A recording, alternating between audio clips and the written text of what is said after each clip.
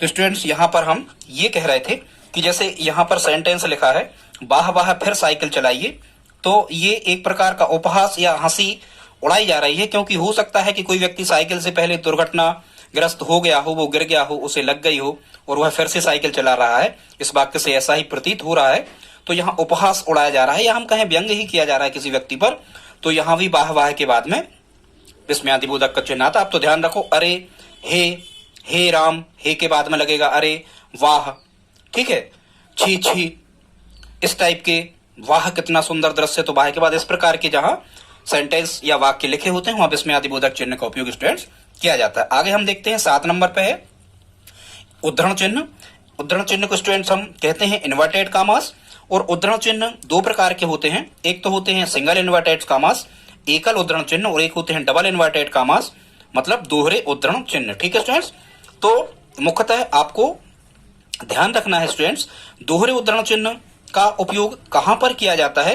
कोई सूक्ति या किसी व्यक्ति का नारा या किसी व्यक्ति का कथन या हम कहें कि किसी व्यक्ति का जो स्लोगन है वो यदि ज्यों का त्यों कह दिया जाता है स्टूडेंट्स, तो वहां डबल इन्वर्टेड कामा में वो चीजें लिखी जाती हैं। देख लेना, कहीं कहीं सिंगल इन्वर्टेड कामा में भी लिखी जाती है। जैसे एक सेंटेंस सूक्ति यहाँ पर एक हमने लिखी है, यहाँ लिखा है धर्मो रक्षित रक्षितः, ठीक है, धर्म की रक्षा करने पर हमारी रक्षा करता है। तो ये सूक्ति एक प्रकार का स्लोगन है, तो यहाँ डबल इन्वर्टेड कामा लग जाएंगे। ठीक है, या जैसे गांधी जी का स्लोगन था, नारा था, करो या मरो, तो ये स्लोगन या नारा या किसी के द्वारा कही गई बात को जब ज्यों का त्यों कहा जाता है स्टूडेंट्स, तो वहां पर उद्धरण चिन्ह का उपयोग किया जाता है। तो करो या मरो के पहले भी लगेगा और लास्ट में ये क्लोज भी होता है। या हम कहें कि कोई रचना, यदि किसी व्यक्ति की कोई रचना लिख रहा है, जैसे कहीं लिखा है रामचरितमानस, गोदान, गवन, ठीक है स्टूडेंट्स, तो रचना जो लिखी जाती है किसी भी व्यक्ति की, कोई साहित्यिक रचना होती है तो वो सिंगल इन्वर्टेड कामा में लिखी जाती है। गबन मुंशी प्रेमचंद की रचना है तो सिंगल इन्वर्टेड कामा में ये लिखी जाती है। या कोई शीर्षक, जैसे हम कहें निबंध लिखने वाले हैं विज्ञान के चमत्कार, तो ये सिंगल इन्वर्टेड कामा में आता है। या हम कहें कि किसी फिल्म का नाम है, कोई पिक्चर का नाम 16वां शबनम, तो ये सिंगल इन्वर्टेड कामा में आती है। या यही हमने अभी कहा था 3 नंबर पे, यहाँ लिखा भी है कि किसी व्यक्ति के द्वारा जब किसी बात को ज्यों का त्यों कह दिया जाता है, तो जो बात कही जाती है उस बात को हम डबल इन्वर्टेड कामा में लिखते हैं। किस प्रकार से, जैसे हम कहें गांधी जी कहते थे, अब गांधी जी का स्लोगन था, ठीक है, यहाँ देखो अर्धविराम भी आया है क्योंकि अल्प विराम से ज्यादा और पूर्ण विराम से कम हम रुक रहे। गांधी जी कहते थे टहलना कसरत की रानी है, तो ये गांधी जी का स्लोगन था या नारा था, तो ये देखो डबल इन्वर्टेड कामा में आता है। ठीक है स्टूडेंट्स, और ये पूर्ण विराम के बाद ही क्लोज होता है, ध्यान से सुनना आप। या और inverted comma, single inverted comma और कहाँ आता है, किसी व्यक्ति की उपाधि या पदवी जो लास्ट में लगी होती है वो भी सिंगल इन्वर्टेड कामा में लिखी जाती है। जैसे हम कहें सूर्यकांत त्रिपाठी और उनकी उपाधि क्या है, निराला, तो ये निराला काय में लिखा जाएगा, सिंगल इन्वर्टेड कामा में। तो जितनों की भी उपाधियां हैं ये सिंगल इन्वर्टेड कामा में ही लिखी जाती है। या फिर और कहाँ उद्धरण चिन्ह का उपयोग हो सकता है, किसी वाक्य में किसी शब्द पर विशेष बल देने के लिए, मतलब उस पर जोर दिया जाए, उसकी इंपॉर्टेंस को सूचित किया जाए, तो वहां भी सिंगल इन्वर्टेड कामा का उपयोग होता है। जैसे हम कहें सूर्य व चंद्रमा के पर्यायवाची, तो हमें पर्यायवाची काय के लिखना है, हमें लिखना है सूर्य और चंद्रमा के, तो यहाँ भी स्टूडेंट्स सिंगल इन्वर्टेड कामा का उपयोग किया जाएगा। तो ये हमारे 7 हो गए। अब हम आगे आते हैं 8 क्रमांक पे। तो जो 8 क्रमांक पर हमारा जो सिंबल है ये है लाघव चिन्ह, या स्टूडेंट्स इसी लाघव चिन्ह को हम संक्षिप्त चिन्ह भी कहते हैं, इसको इंग्लिश में एब्रिविएशन कहते हैं। और ये जो सिंबल यहाँ पर इस प्रकार से बना हुआ है ये कहलाता है लाघव चिन्ह। लाघव चिन्ह का उपयोग स्टूडेंट्स कहाँ किया जाता है, जहां हम किसी व्यक्ति, वस्तु या किसी भी संज्ञा के बारे में लिख रहे होते हैं और जब हम उसको शॉर्ट फॉर्म में लिख देते हैं, उसको पूरा ना लिखते हुए, तो बाद में लाघव चिन्ह का उपयोग किया जाता है। हिंदी और अंग्रेजी दोनों में लाघव चिन्ह का उपयोग किया जाता है। जैसे हम हस्ताक्षर ना लिख के हा के लिए लिख के ये लाघव चिन्ह लगा देते हैं, तो हम इसको हस्ताक्षर ही पढ़ेंगे, मतलब संक्षिप्त फॉर्म लिखते समय किसी भी संज्ञा का लाघव चिन्ह का उपयोग किया जाता है। डॉक्टर को ना लिख के हम डा लिख के बिंदु रख देते हैं, तो इसे हम डॉक्टर ही पढ़ते हैं। पंडित ना लिख के हम यहाँ पा पे बिंदी रख के और यहाँ ये लाघव चिन्ह लगा देते हैं। प्लीज टर्नओवर पूरा ना लिख के हम पीटीओ लिख के सभी के बाद में ये लाघव चिन्ह लगा देते हैं। प्रोफेसर या प्रोपराइटर ना लिख के प्रो लिख के हम लाघव चिन्ह लगा देते हैं। तारीख ता लिख के लाघव चिन्ह, जिला जी लिख के, ठीक है। डाकघर डा और घा के बाद लाघव चिन्ह लगाते हैं। विद्यालय तो विद्या लिख के हम लाघव चिन्ह लगा देते हैं। ठीक है स्टूडेंट्स, आई होप आप समझ गए होंगे कि लाघव चिन्ह का उपयोग कैसे और कहां किया जाता है। अब हम देख लेते हैं 4 नंबर पे निर्देशक चिन्ह या रेखा चिन्ह, इसको इंग्लिश में डैश कहते हैं स्टूडेंट्स। ठीक है। डैश का जो चिन्ह होता है ये योजक या संयोजक हाइफन से कुछ बड़ा होता है, ध्यान रखना, अभी हम बता रहे हैं आपको यहाँ। या फिर पहले आप इसको संयोजक चिन्ह को ही देख लो, 10 नंबर पे लिखा है संयोजक, या इसको हम योजक चिन्ह कहते हैं स्टूडेंट्स, या इसी को हम विभाजक चिन्ह भी कहते हैं, और इसको इंग्लिश में क्या कहते हैं, हाइफन। ये आपको स्टूडेंट्स कुछ मेमोराइज ही करना होगा, इनकी कोई ट्रिक नहीं है कि किस सिंबल को इंग्लिश में हम क्या कहते हैं। ठीक है। अब इस संयोजक चिन्ह या योजक चिन्ह जो होता है, ध्यान से सुनना, ये निर्देशक चिन्ह या रेखा चिन्ह से कुछ कैसा होता है, छोटा होता है। ये देखो निर्देशक चिन्ह की साइज ज्यादा है और संयोजक योजक चिन्ह ये उसकी अपेक्षा कैसा है, छोटा है। तो मुख्यतः अब हम देखते हैं संयोजक चिन्ह का उपयोग कहाँ कहाँ किया जाता है। सामासिक पद यदि हम लिख रहे हैं, जैसे जय पराजय, ठीक है, या लाभ हानि, या मुख्यतः हम कहें जहां दोनों पद प्रधान हो, जैसे द्वंद्व समास हम लिख रहे होते हैं, या हम विलोम लिख रहे होते हैं, विरोधी, लेकिन वो पेयर में यदि लिखे हो, जोड़े से लिखे हो, तो कुल मिला के संयोजक का मतलब ही होता है दो शब्दों को जोड़ना। योजक का मतलब भी होता है जोड़ना, या विभाजक का मतलब होता है दो शब्दों को अलग अलग करना, लेकिन दो तो शब्द यहाँ पर होना ही चाहिए, तभी संयोजक चिन्ह का उपयोग होगा। आप यहाँ सब देख सकते हैं। तो जय पराजय इसके बीच में लगेगा, लाभ हानि इसके बीच में लगेगा।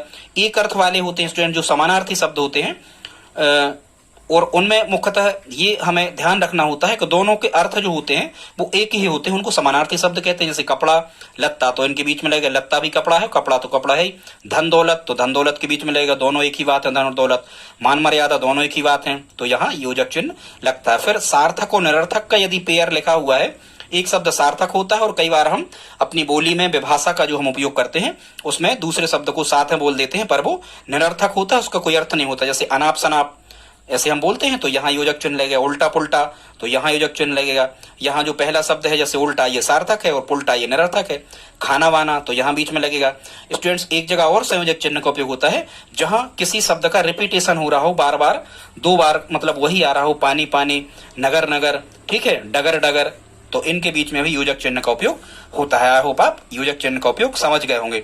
अब हम 11 पे देखते हैं रेखांकन चिन्ह, इसको अंडरलाइन कहते हैं स्टूडेंट्स। ये रेखांकन चिन्ह का उपयोग, ये रेखांकन चिन्ह का सिंबल होता है, इसका कोई आकार निश्चित नहीं होता।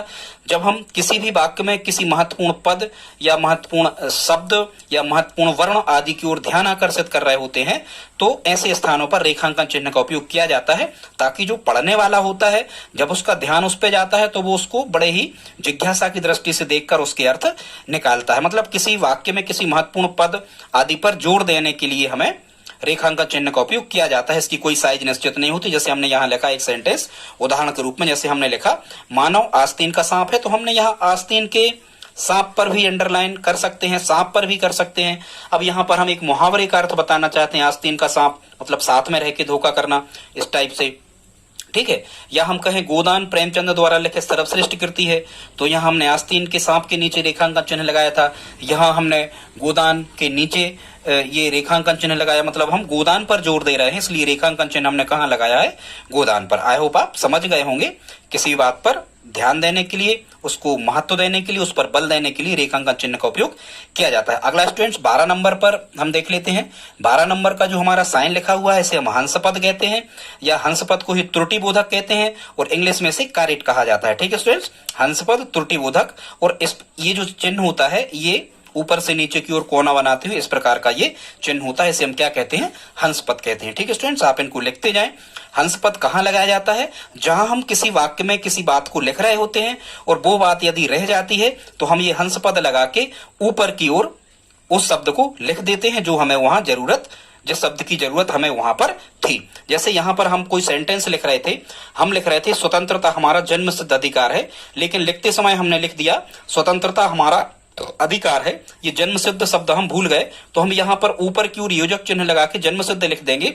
अब पढ़ने वाला ऐसे यदि सही पढ़ने वाला होगा तो क्या पढ़ेगा, स्वतंत्रता हमारा जन्म सिद्ध अधिकार है। या हमने लिखा श्याम ने खाया, अब हमें यहाँ माखन भी लिखना था, वो हमसे रह गया था, हम लिख नहीं पाए थे गलती से, तो हम यहाँ हंस पद या त्रुटि बोधक चिन्ह लगा करके लिख देंगे श्याम ने माखन खाया। हंस पद लगा के ऊपर की ओर हम माखन लिख देते हैं, तो पढ़ने वाला इसे पूरा जोड़ करके पढ़ता है। और ध्यान रखना ये कभी नीचे की ओर नहीं लगाया जाता, हंस पद हमेशा ऊपर की ओर ही, ये कोना ऊपर की ओर ही लगा करके इसे लिखा जाता है। ठीक है स्टूडेंट्स, अब हम देख लेते हैं अगला जो हमारा सिंबल है 13 नंबर पे, ये है कौन सा चिन्ह, ये है स्टूडेंट्स तारक चिन्ह।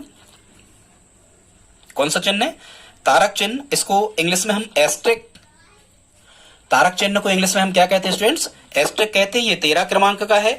इसका एक नाम और होता है पाद टिप्पणी चिन्ह। स्टूडेंट्स, पाद मतलब होता है नीचे की ओर, तो इसे पाद टिप्पणी चिन्ह भी कहते हैं या फिर इसे टिप्पणी चिन्ह भी कहा जाता है। अब हम आपको बताते हैं इसका उपयोग कहाँ किया जाता है, तारक चिन्ह या एस्टेरिक का। स्टूडेंट्स, आपने कई बार देखा होगा जब आप लूसेंट या प्रतियोगिता साहित्य या किसी भी पब्लिकेशन की बुक आप किसी भी प्रकार की पढ़ रहे होते हैं, तो वहां कुछ सेंटेंस में कुछ महत्वपूर्ण जानकारियों के बाजू में ये एस्टेरिक या तारक चिन्ह लगा दिया जाता है, और फिर आपने देखा होगा पूरी पुस्तक के नीचे फिर उन चिन्हों का क्या अर्थ है वही का वही चिन्ह लगा के फिर उसके सामने फिर से वाक्य लिखा होता है और ये बताया जाता है कि इस चिन्ह का अर्थ क्या था, क्योंकि वहां लिखने के लिए जगह नहीं होती है, इसलिए उन स्थानों पर लगा देते हैं वो तारक चिन्ह, और फिर बाद में नीचे उस तारक चिन्ह का वो अर्थ लिख करके बताते हैं कि उस तारक चिन्ह का अर्थ वहां पर क्या था। ठीक है स्टूडेंट, जैसे यहां हम बता रहे हैं आपको, जैसे यहां पर लिखा है हमने रामायण, और रामायण के बाद में लगाया है हमने यहां पर तारक चिन्ह, रामायण के बाद में हमने तारक चिन्ह लगाया है, एस्टेरिक लगाया है, और क्या कह रहे हैं, रामायण और एस्टेरिक है हमारे देश में अत्यंत लोकप्रिय ग्रंथ है। अब क्या होगा, जहां भी जिस पेज पर भी हमने ये एस्टेरिक लगाया होगा उसी पेज पर हमारी पुस्तक में सबसे नीचे हम एस्टेरिक ऐसा लगा आपको निश्चित रूप से मिलेगा, और वहां इस एस्टेरिक के बारे में कुछ भी 2-4 लाइन या 1 लाइन लिखी होगी। यहां हमने एस्टेरिक का अर्थ बताया है कि रामायण का अर्थ तुलसीदास जी द्वारा रचित ग्रंथ से है। ठीक है, हमने यहाँ पर एस्टेरिक का अर्थ ये बताया है, ठीक है, कि रामायण का अर्थ हमारा तुलसीदास जी द्वारा रचित ग्रंथ से है। मतलब ये हमने यहाँ स्पष्ट किया है कि रामायण का अर्थ वाल्मीकि कृत रामायण से नहीं है। हालांकि सही बात तो ये है कि रामायण वाल्मीकि जी द्वारा लिखी गई, ये संस्कृत भाषा में है, और जो रामचरितमानस ये तुलसीदास जी द्वारा लिखी गई, ये अवधी भाषा में। शायद आप समझ गए होंगे। अब हम देखते हैं स्टूडेंट 14 नंबर पे लिखा है विवरण चिन्ह, इसको कॉलन डैश कहा जाता है विवरण चिन्ह को। ये इसका सिंबल है इस प्रकार से भाग जैसा, लेकिन ये बाईं ओर लगाए जाते हैं, ध्यान रखना दाईं ओर नहीं लगते ये कभी। तो विवरण चिन्ह का उपयोग स्टूडेंट्स कहाँ पर किया जाता है, अब हम इसको देख लेते हैं।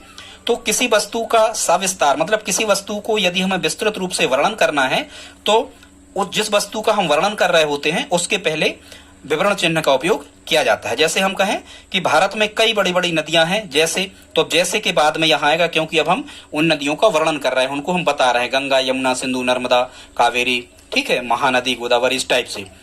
तो आप समझ गए होंगे कि विवरण चिन्ह का उपयोग ऐसे स्थान पर किया जाता है। या फिर हम कहें कि जब किसी कथन का उत्तर हम अगली पंक्ति में देना हो, मतलब बात पूरी नहीं हो लेकिन हमें उत्तर देना हो, तो भी हम विवरण चिन्ह का उपयोग करते हैं। जैसे हम यहाँ कहें निम्न शब्दों के विलोम लिखिए, और कोई भी शब्द यहाँ पर लिखे होंगे तो विलोम लिखिए के बाद में विवरण चिन्ह आ जाएगा। या हम कहें निम्न में से किसी एक विषय पर निबंध लिखिए, तो उनके उत्तर हम नीचे दे रहे हैं, इसलिए लिखिए के बाद में यहाँ पर विवरण चिन्ह आ जाएगा। आई होप आप समझ पा रहे होंगे स्टूडेंट्स। अगला सिंबल देखते हैं हम, ये 15 नंबर पे है।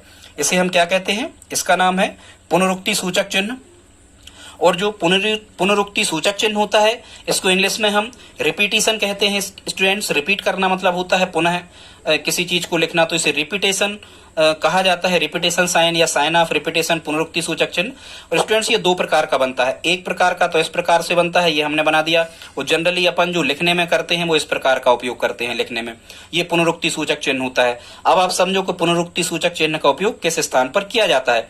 स्टूडेंट्स, जैसे हम समान रूप से किसी वाक्य को हम लिख रहे होते हैं या किसी चीज को हम समान रूप से लिख रहे होते हैं, और फिर वही चीज हमें बार बार रिपीट करना होती है, तो हम वही चीज लिखने में हमें ज्यादा टाइम लगता है, तो हम उस चीज को बार बार ना लिख के इस चिन्ह का उपयोग करते जाते हैं। ठीक है, जैसे हम कहें, मान के चलो जैसे आप विद्यालय में किसी में पढ़ा रहे हो, और वहां आप सभी जो आपके स्टूडेंट्स हैं उनके पेरेंट्स के, या हम कहें उनकी माता या पिता का नाम यदि आप लिख रहे हो, तो आप उसके पिता का नाम लिखोगे श्री रमेश कुमार, श्री सुरेश कुमार, श्री कुछ भी इस टाइप से आप लिखोगे, तो श्री लिख दोगे आप एक बार, उस श्री के बाद में केवल आप यहाँ नाम लिखते जाओगे। तो यहाँ जब हम सुरेश कुमार पढ़ रहे होंगे स्टूडेंट्स, तो सुरेश कुमार के आगे हम अपने आप क्या लगा देंगे, श्री लगा देंगे। ये पढ़ा ही जाएगा श्री सुरेश कुमार, क्योंकि ऊपर लगा था और यहाँ लगा दिया हमने पुनरुक्ति सूचक चिन्ह। तो स्टूडेंट्स, यहाँ हम यही पढ़ेंगे श्री सुरेश कुमार। या एक उपयोग और हम बताएं, जैसे मान के चलो यहाँ हमने एक एग्जाम्पल और लिखा है, जैसे यहाँ लिखा है राम घर जा रहा है, ठीक है, अब हम यहाँ लिख दे वह, और फिर हम यहाँ पर लगा दें पुनरुक्ति सूचक चिन्ह। तो अब ये वह के बाद लगा है, इतनी जगह पर लगा है, तो इसे भी हम वही पढ़ेंगे, वह घर जा रहा है, क्योंकि यही की यही बात घर जा रहा है दोहराने के लिए पुनरुक्ति सूचक चिन्ह लगा है। इसमें समय और जगह दोनों की बचत करने के लिए ये लगाया जाता है। ठीक है, यहाँ तू के बाद में यदि हम लगा दें तो ये अर्थ निकलेगा कि तू घर जा रहा है। ठीक है, या हम कहें वह लक्ष्मी नगर में रहता है। अब हम लिख दें राम भी, और आजकल इस प्रकार से हम लगाते हैं जनरली उपयोग में, तो ये भी हमने आपको लगा के बता दिया। लेकिन साहित्यिक दृष्टि से ये वाले जो सिंबल, ये वाला जो सिंबल है यही सही होता है। कई कई बार एक लगा देते हैं, कई कई बार दो लगाते हैं। हालांकि इसमें जो सही होता है वो दोनों सिंबल सही होते हैं। ठीक है, ये एक भी नहीं लगाया जाता, पर इतना कुछ ज्यादा आपसे पूछा नहीं जाता है। तो जैसे यहाँ हमने लिखा हुआ है, क्या लिखा, वह लक्ष्मी नगर में रहता है, तो अब यहाँ लिखा है राम भी और फिर लगा है पुनरुक्ति सूचक चिन्ह, तो इसका मतलब भी यही होगा कि राम भी लक्ष्मी नगर में रहता है, और श्याम भी के बाद भी वही लगा है, तो इसका मतलब होगा श्याम भी लक्ष्मी नगर में रहता है। ठीक है स्टूडेंट्स, आई होप आप समझ गए होंगे। अब 16 नंबर पर देखते हैं हम लोप चिन्ह। 16 नंबर पर लिखा है स्टूडेंट्स कौन सा चिन्ह, लोप चिन्ह। ठीक है, एलिप्सिस कहते हैं इसको। लोप चिन्ह का उपयोग, हाँ ये सिंबल होता है लोप चिन्ह का, ये बिंदु बिंदु बिंदु और फिर यहाँ पर गुणा गुणा गुणा भी लगा होता है। तो लोप चिन्ह का उपयोग कहाँ किया जाता है, अब हम इस पे चर्चा कर लेते हैं स्टूडेंट्स। तो जब किसी भी वाक्य या अनुच्छेद में कुछ अवांछित या अदृष्ट अंश को छोड़कर लिखना होता है तो वहां पर लोप चिन्ह का उपयोग किया जाता है। मतलब हम ऐसे शब्द को छोड़ रहे होते हैं जो हम कहें कि अच्छा नहीं होता है, जो अवांछित होता है, उसका उपयोग करना ठीक नहीं होगा, साहित्यिक भाषा पर अंतर पड़ेगा, किसी को अच्छा लगेगा, किसी को खराब लगेगा। ठीक है, या हम कहें कि ऐसे शब्द जो अच्छे नहीं होते हैं, जो मर्यादित शब्द नहीं होते हैं, उन शब्द को यदि हमें छोड़ के लिखना होता है तो हम लोप चिन्ह का उपयोग कर सकते हैं। और मुख्यतः जो रिक्त स्थान हम उपयोग करते हैं, रिक्त स्थान वाले जो प्रश्न पूछे जाते हैं वो लोप चिन्ह के फॉर्मेट में ही पूछे जाते हैं। एक प्रकार से वही लोप चिन्ह कहलाता है। लेकिन संपूर्ण जो लोप चिन्ह होता है वो इस प्रकार से होता है। जैसे यहाँ हम कहें, एक एग्जाम्पल हमने यहाँ पर लिखा है, रमेश ने सतीश को, और फिर यहाँ लिखा है, ये लगा है लोप चिन्ह, ये खालिस्तान कहकर गाली दी। अब ये अमर्यादित शब्द था, क्या गाली दी होगी, तो हम इसे नहीं लिख सकते, तो हमने लोप चिन्ह यहाँ पर लगा दिया। रिक्त स्थान की पूर्ति में यही चिन्ह आता है, हम आपको बता चुके। या हम कहें कि राजीव ने रमेश को, फिर यहाँ लोप चिन्ह हमने लगा दिया, ये कहकर बुलाया। अब कुछ भी गलत सलत कह के बुलाया होगा तो वो शब्द छोड़ने वाले होते हैं स्टूडेंट। तो जिन शब्दों को छोड़ दिया जाता है उन शब्दों के स्थान पर, छोड़े हुए शब्दों के स्थान पर लोप चिन्ह का उपयोग किया जाता है। अब आप समझ गए होंगे और एग्जाम्पल आप देख सकते हैं।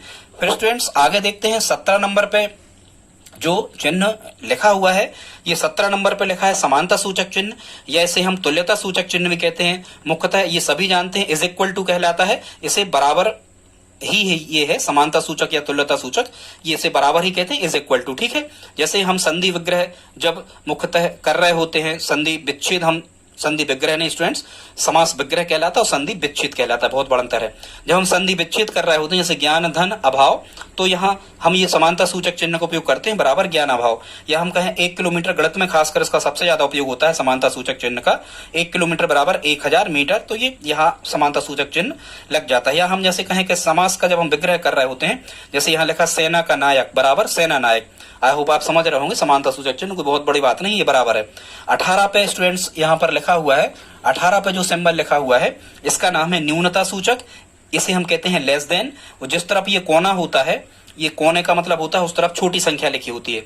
ठीक है, जैसे हम कहें 10 इज लेस देन 15, ठीक है, मतलब 10 छोटे हैं 15 से, तो गलत के ये चिन्ह है। लेकिन कई बार अंग्रेजी या हिंदी में भी इनका उपयोग किया जाता है। जैसे हम कहें, यहाँ हमने वर्णमाला के कुछ वर्ण लिखे हुए हैं, काखा गाघा, यदि हम इनकी पोजीशन वैल्यू की दृष्टि से देखें तो ये का पहले नंबर पे आता है। ठीक है, तो ये काखा गाघा जो होंगे ये चाचा जाझा उनके बाद आते हैं, ये वाद वाले वर्ग हैं। तो काखा गाघा का मान जो होगा ये कम होगा या छोटा होगा मान, या अल्प होगा, न्यून होगा, किससे, चाचा जाझा से। तो जिस तरफ तीरा लगा होता है उस तरफ छोटे मान लिखे होते हैं, जिस तरफ ये ज्यादा जगह खुली होती है उस तरफ के मान बड़े होते हैं, तो ये न्यूनता सूचक चिन्ह कहलाता है। ठीक है स्टूडेंट्स, तो अब हम देख लेते हैं अगले चिन्ह को। 18 चिन्ह हमारे 18 चिन्ह हो गए। अब हम देखते हैं 19 नंबर के चिन्हों को। तो 19 नंबर पे हमने जो चिन्ह लिया हुआ है स्टूडेंट्स, ये है परिणति सूचक। ये कहना चाहिए ये गणित के ही चिन्ह है, परिणति सूचक, या इसको हम इंग्लिश में ग्रेटर देन कहते हैं। और इस प्रकार का ये सिंबल बनाया जाता है, जिस तरफ ये मुंह खुलता है वो बड़ा होता है। जैसे 10 इज ग्रेटर देन 6, ठीक है, मतलब 10 बड़े हैं 6 से, या 6 छोटे हैं 10 से, ऐसा भी पढ़ सकते हैं। लेकिन अभी हाल ये परिणति सूचक को हम क्या कहते हैं, ग्रेटर देन कहते हैं। जैसे आ में 2 मात्राएं होती हैं और इस छोटे अ में एक मात्रा होती है, तो हम ये बड़ा है मान इसका, तो इस प्रकार से हम चिन्ह लगा दे। आई होप आप समझ गए होंगे। यहाँ से तो केवल इतने ही प्रश्न आते हैं कि निम्न में कौन परिणति सूचक चिन्ह है, तो आप समझ जाओगे। कौन न्यूनता सूचक चिन्ह है, आप समझ जाओगे। ठीक है, फिर 20 नंबर पे स्टूडेंट्स यहाँ पर लिखा हुआ है कोष्टक चिन्ह। इसको हम ब्रैकेट साइन कहते हैं, साइन ऑफ ब्रैकेट। ये 3 प्रकार के होते हैं, आप जानते होंगे। हालांकि 4 प्रकार होते हैं, रेखा कोष्टक, छोटा कोष्टक, मंझला कोष्टक और ये कहलाता है बड़ा कोष्टक। लेकिन स्टूडेंट्स हमें हिंदी में मुख्यतः सबसे ज्यादा किस कोष्टक का उपयोग होता है, ये पूछा गया है कभी, आप ध्यान रखें। हिंदी में सबसे ज्यादा छोटे कोष्टक का उपयोग होता है। और स्टूडेंट्स इस छोटे कोष्टक का उपयोग कहाँ होता है, तो मुख्यतः नाटक या एकांकी लिखते समय जो पात्र होते हैं उन पात्रों की मनोदशा का वर्णन करने के लिए कोष्टक चिन्हों का उपयोग किया जाता है। ठीक है, और खासकर किसी वस्तु या किसी संज्ञा का हमें अर्थ साफ साफ स्पष्ट करना है तो भी छोटे कोष्टक का उपयोग किया जाता है। इस छोटे कोष्टक में जो अर्थ वास्तव में निकल रहा होता है वो लिख दिया जाता है, जैसे हमने यहाँ उदाहरण से बताया। एग्जाम्पल हम देख लेते हैं, जैसे यहाँ लिखा है निरंतर प्रयत्न करने से तरक्की निश्चित रूप से मिल ही जाती है। तो यहाँ निरंतर का अर्थ क्या है, लगातार, तो कोष्टक में लगातार लिख देंगे। तरक्की का अर्थ क्या है, सफलता, तो यहाँ सफलता लिख देंगे, इस टाइप से। या जो गिनती हम लिख रहे होते हैं, किसी का क्रमांक पोजीशन वैल्यू किसी की हम दे रहे होते हैं, 1 क्रमांक 2, तो इनको कोष्टक में लिख दें। काखा गाघा, यदि हम कोई वाक्य लिख रहे हैं ऐसा नंबर देके, तो यहाँ पर काखा गाघा को हम कोष्टक में लिख देते हैं। या एकांकी और नाटक में मुख्यतः इन चिन्ह का उपयोग होता है भाव व्यक्त करने के लिए। जैसे हमने यहाँ पर लिखा है, क्या लिखा, मेघनाद वहां से शीघ्र ही चला जाता है। अब मेघनाद लक्ष्मण जी से लड़ने के लिए जाता है, तो उसकी मनोदशा का वर्णन किया है यहाँ पर कि कैसे जाता है, तो कोष्टक में लिख देते हैं रोते हुए, या लिख देते हैं हंसते हुए, या लिख देते हैं धीरे से। ठीक है, इस टाइप से, या लिख देते हैं उदास होते हुए। ऐसी मनोदशा लिखी जाती है मुख्यतः।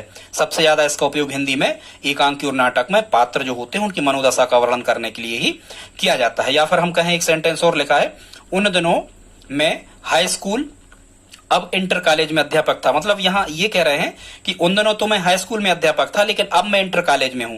तो मतलब किसी भी बात को स्पष्ट करने के लिए भी, अर्थ प्रकट करने के लिए, किसी बात को स्पष्ट करने के लिए भी इस कोष्टक चिन्ह का उपयोग किया जाता है। ठीक है स्टूडेंट्स, अगला देख लेते। 21 नंबर पे लिखा हुआ है, 21 नंबर पे है निर्देश चिन्ह या इंडिकेशन, इसको हम कहते हैं। ये इस प्रकार के तीर का चिन्ह लगाया जाता है। ये स्टूडेंट्स कहीं भी लग सकता है, दोनों तरफ लग सकता है। इसको हम इंडिकेशन कहते हैं। ठीक है, ये सिंगल इंडिकेशन होते हैं, हालांकि डबल इंडिकेशन भी होते हैं। ठीक है, और डबल हेडेड इंडिकेशन भी होते हैं, इनको नहीं देखना है, ये मैथ्स के सिंबल हैं। तो निर्देश चिन्ह का उपयोग कहाँ किया जाता है, गलत स्थान पर यदि कोई बात लिख गई है, अब यदि उसको हमें सही स्थान पर लाना है या सही स्थान पर लिखना है, तो संशोधन कार्य के लिए इस चिन्ह का उपयोग किया जाता है। स्टूडेंट्स, कभी ये प्रश्न आया है कि संशोधन कार्य करने में सबसे ज्यादा उपयोग किस चिन्ह का किया जाता है, तो ध्यान से सुने आप। संशोधन कार्य करने में सबसे ज्यादा उपयोग किया जाता है निर्देश चिन्ह का। जैसे हम यहाँ कहें कि राम की साइकिल खराब हो गई है, लेकिन हमें यहाँ लिखना था मोटरसाइकिल, तो हमने यहाँ साइकिल काट दिया और यहाँ तीर का निशान लगा के लिख देंगे मोटरसाइकिल। तो इसका सही अर्थ क्या होगा, राम की मोटरसाइकिल खराब हो गई है। ठीक है, आप समझ रहे होंगे। अगला 22 नंबर पे लिखा है योग चिन्ह। स्टूडेंट्स, ये कुछ नहीं, प्लस कहलाता है। ये धन का सिंबल सभी जानते होंगे, ये तो छोटे ही से पढ़ रहे। तो इसका उपयोग भी हिंदी में होता है। जैसे हम संधि विग्रह जब कर रहे, संधि विच्छेद जब हम कर रहे होते हैं, जैसे लिखा बधु धन उत्सव बराबर बधुत्सव, नमः धन ते बराबर नमस्ते। ठीक है, स्वर संधि, विसर्ग संधि, इस टाइप से। तो यहाँ भी योग चिन्ह का उपयोग किया जाता है। अब हम 23 नंबर पर देखते हैं स्टूडेंट्स, तिरक रेखा चिन्ह या इसे ओबलिक कहते हैं या स्लैश भी कहा जाता है। देखो, ये स्लैश का चिन्ह कहलाता है, ये ओबलिक कुछ टेढ़ी सी लाइन ऐसी खींच देते हैं, ये ओबलिक कहलाता है। इसको स्लैश भी कहते हैं, तिरक रेखा चिन्ह कहलाता है। मुख्यतः इस तिरक रेखा चिन्ह का मतलब होता है या फिर इसका अर्थ होता है अथवा, या और अथवा के रूप में इसका स्लैश का उपयोग किया जाता है स्टूडेंट्स। ठीक है, स्लैश का उपयोग काय में किया जाता है, या और अथवा के अर्थ में इसका उपयोग किया जाता है। यह हमने लिख के बताया भी है। जैसे हम कहें यह फल राम, तिरक रेखा चिन्ह लगा है, श्याम कोई भी खा सकता है। तो इसका मतलब क्या निकलेगा, इसका अर्थ कि यह जो फल है ये राम या श्याम में से कोई भी खा सकता है। दोनों में से या तो राम खा सकता है या श्याम खा सकता है। ठीक है, इस प्रकार से जहां दोनों शब्द लिखे होते हैं तो वहां स्लैश चिन्ह हम लगा सकते हैं, जहां हमें दो में से एक का सिलेक्शन करना हो। या कई बार अपन पिता का नाम लिखते हैं साथ में, जैसे मनोहर प्रसाद, सन ऑफ श्यामा प्रसाद। ठीक है, तो ये सन के बाद में आ जाता है। या किसी का पता लिख रहे होते हैं तो केयर ऑफ, ये यही कहलाता है स्टूडेंट स्लैश। ठीक है, आई होप आप समझ गए होंगे। 24 नंबर पे स्टूडेंट्स यहाँ पर लिखा हुआ है, ये जो 24 नंबर पे चिन्ह लिखा हुआ है ये कहलाता है गोली चिन्ह। इसको इंग्लिश में बुलेट भी कहते हैं। इस प्रकार का सिंबल बनाया जाता है। तो ये गोली चिन्ह का उपयोग कहाँ होता है कि मुख्य बातें या जो मुख्य तथ्य होते हैं इनको सारांश रूप में लिखने के लिए मतलब किसी भी हमने निबंध को, किसी भी अनुच्छेद को, या किसी भी पुस्तक या किसी साहित्यकार की रचना को हमने पढ़ लिया है, लेकिन अब हमें पढ़ने के बाद में कुछ मुख्य उसके सारांश लिखना है, तो हम गोली चिन्ह लगा करके कुछ मुख्य बातें या तथ्यों को सारांश के रूप में हम लिख लेते हैं। कठिन शब्दों के अर्थ हम वहां पर लिख देते हैं। ठीक है, तो गोली चिन्ह लगा करके उनके अर्थ लिखे जाते हैं। या फिर गोली चिन्ह का उपयोग वहां भी किया जाता है जहां हमें किसी बड़ी रचना या अनुच्छेद का अर्थ शार्ट में समझना है, जल्दी से समझना है, तो गोली चिन्ह लगा करके उनके अर्थ लिखे होते हैं। या फिर हम कहें कि किसी अनुच्छेद या किसी रचना, किसी निबंध आदि में जो आने वाले कठिन शब्द होते हैं, उन कठिन शब्दों का हम वर्णन कर रहे होते हैं, उनका अर्थ बता रहे होते हैं, तो उनका अर्थ भी हमें गोली चिन्ह लगा करके बताया जाता है। स्टूडेंट्स, कई बार एग्जामिनर सीधे सीधे यही प्रश्न कर लेता है कि कौन से चिन्ह का उपयोग कब किया जाता है, तो ये आप सुनते जाना, आप लिखते जाना। अब देखते हैं स्टूडेंट्स, आज का ये लास्ट चिन्ह बचा है 25 नंबर पे। इसका क्या नाम है? इसे हम कहते हैं समाप्ति सूचक चिन्ह या फिनिश मार्क, इसको हम कह सकते हैं समाप्ति सूचक चिन्ह या फिनिश मार्क। स्टूडेंट्स, इसको लगाते कैसे हैं? देखो, यहाँ कई प्रकार का होता है। एक ये दूसरा प्रकार ऐसा है, तीसरा प्रकार एस्टेक बना दिए, चौथा प्रकार ये। मतलब समाप्ति सूचक चिन्ह की कोई निश्चित परिभाषा नहीं है। मुख्यतः ये 4 प्रकार से समाप्ति सूचक चिन्ह आपको पुस्तकों में मिलते हैं। समाप्ति सूचक चिन्ह का उपयोग कहाँ किया जाता है स्टूडेंट्स? जहां हम कोई लेख लिख रहे हैं, या किसी अनुच्छेद को लिख रहे हैं, या किसी निबंध को लिख रहे हैं, या किसी भी रचना को हम लिख रहे हैं, या किसी पुस्तक को ही हम लिख रहे हैं, तो जब हमारा कोई लेख, कोई रचना, कोई निबंध या कोई आवेदन पत्र, प्रार्थना पत्र एकदम से समाप्त हो जाता है, इसके बाद कोई भी विषय वस्तु उस में नहीं लिखी हुई है, तो किसी भी रचना की बिल्कुल समाप्ति पर ये समाप्ति सूचक चिन्ह का उपयोग किया जाता है। जैसे स्टूडेंट्स, हम यहाँ आपको लगा के बता रहा है, ये इस प्रकार से हमने समाप्ति सूचक चिन्ह लगा दिया। ठीक है, क्योंकि आज हमारा वीडियो भी समाप्त हो रहा है। इस वीडियो में स्टूडेंट्स हमने आपको 25 विराम चिन्हों का उपयोग बड़े अच्छे तरीके से बताया है। दोस्तों, यदि यहाँ तक आपने हमारा वीडियो देखा हो तो प्लीज हमारे वीडियो को लाइक कर दें। और स्टूडेंट्स, यदि आप हमारी मदद करना चाहते हैं तो प्लीज सब्सक्राइबर बढ़वाने में हमारी मदद करें। इस हमारे वीडियो को अधिक से अधिक अपने स्टडी ग्रुप में, दोस्तों मित्रों के साथ में, परिवार के या रिश्तेदारों के साथ में शेयर जरूर करें। ठीक है दोस्तों, हिंदी के इसी प्रकार के हम अच्छे वीडियो हम आपको लाते रहते हैं। ठीक है, मिलते हैं अगले वीडियो में, तब तक के लिए जय हिंद, जय भारत। स्टूडेंट, कमेंट जरूर करें। धन्यवाद।